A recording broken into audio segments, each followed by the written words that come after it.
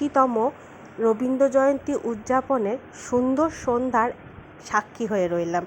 গানে কবিতায় মুখরিত এই সন্ধ্যা যেন সকলের মনে ভরে দিল। আর কবিকে প্রণাম জানিয়ে আমাদের এই সন্ধ্যা শুভ সূচনা করছি। আপনারাও সাথে থাকুন।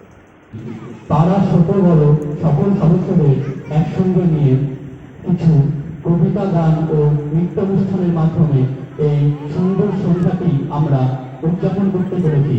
প্রথমেই মাল্যদান করার জন্য আমরা ডেকে নিচ্ছি মরানবিধি গ্রাম পঞ্চায়েতের সদস্য মাননীয় পূজা দাস মহাশয়কে। ওনার জন্য জোরে একটি হাততালি।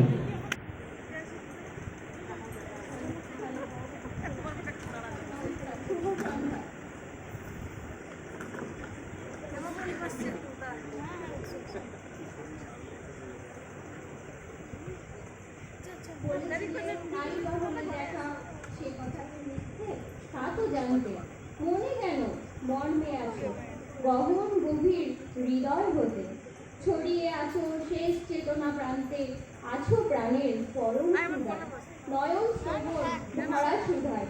এ জীবনের প্রতি পাতায় পাতায় নিত্য তোমার সই থাকে। দিয়েছো সুর দিলে ভাষা, আকাশ লোভী বিরাট আশা।